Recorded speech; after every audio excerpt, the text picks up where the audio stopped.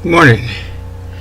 Well, Wednesday marks the 12th anniversary of 9/11, and I wrote this poem last year as a challenge put forth by the poetry group that I met with, and I thought I'd share it for this anniversary coming up.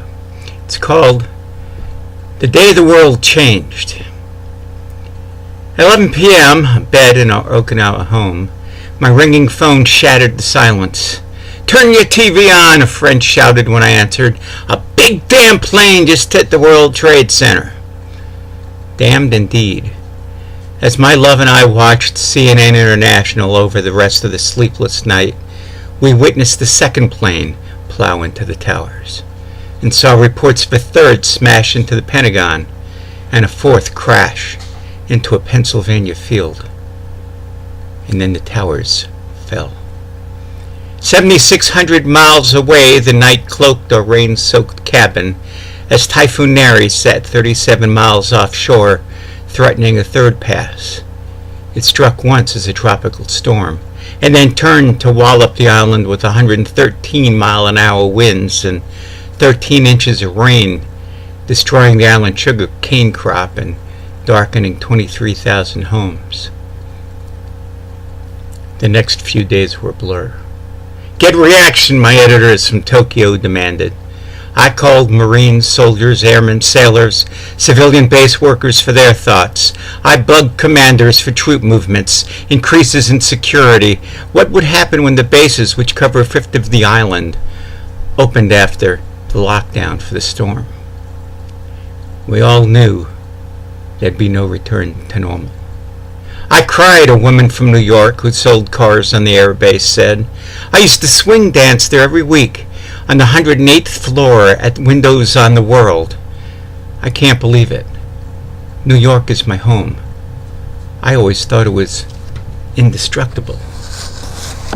"I'm overcome with grief and anger," said a retired Marine married to an Okinawan. He was preparing for Typhoon Nari's third pass when he saw a Japanese TV report of the attacks. "This is war. This is another Pearl Harbor," he said. "What's next? World War III?" a percussionist for the Marine band asked. A corporal from New York, he said he was about to be discharged and married. "I canceled both," he said. "I can't leave. Not now. It may sound crazy, but I can't quit my country with something like this going on." A soldier's wife said she felt safe in Okinawa, or at least I did until my husband instructed us on how we have to be careful and wary of any such attacks. "I won't be saying, 'Have a safe flight' so lightly anymore," an airman said. No one, it turned out, would ever be as free as we were on September 10th. In South Korea, the military slapped a ban on all off-post travel. On Okinawa, cars were no longer waved through the gates if they had base decals. Everyone had to show their IDs, and cars were randomly searched. In the Plaza housing area, children opened a lemonade stand to raise money for the rescue workers. The air base commander announced his units were ready to take the battle, the war, to the terrorists. "Our lives changed dramatically on the 11th of September, he said. "Get used to it." Some Okinawans, steeped in the island's spiritualist native religion, believe Nari spared them from a terrorist attack. Meanwhile, Navy ships departed from Japanese ports and fighter jets took off to undisclosed locations. And rumors started to spread. Islamic militants had infiltrated into countries throughout the Western Pacific, one Japanese paper reported. Well before Tuesday's assault, another printed, the United States informed the Japanese government that terrorist action was anticipated. Reports from Macau, Hong Kong, and Taiwan stated Islamists were preparing attacks on U.S. targets. On September 8th in Manila, 3 men from Oman were detained after they were seen in a hotel room videotaping the nearby U.S. Embassy. They were released. A later search of their room turned up traces of explosives. There was a new feeling in the air. Fear.